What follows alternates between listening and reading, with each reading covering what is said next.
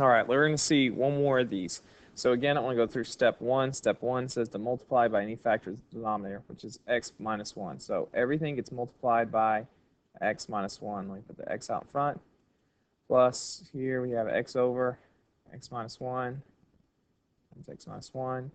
And that'll equal 3x minus 2. No parentheses there. I'm sorry about that. Over x minus 1 times x minus 1. All right, what we can see is first, these go away, and I need to distribute this here. And so I'd have x squared minus x plus another x equals 3x minus 2. Now I can see these two go away. And if I move these over,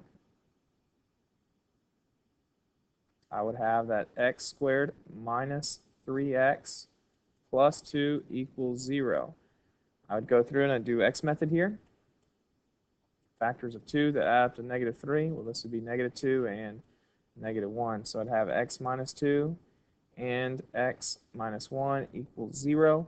And so my answers would actually be here. This would be that x equals 2, and this one would be that x equals 1. Now we need to check our answers. I did last time with the calculator, and you'll see that some are extraneous. You can plug in the numbers, but to be quicker, I'm just going to show you the graph. Now, as I look at the picture here, as I check my answers, I can see that 2 is a good answer. They do cross right there at 2, so this would be a good answer. But this one here is extraneous. X equals 1 is extraneous because that is the asymptote. Now, we should have known from the start, from our domain rules, that since I have x in that, we could have said back here at the start that x cannot equal 1 for the domain.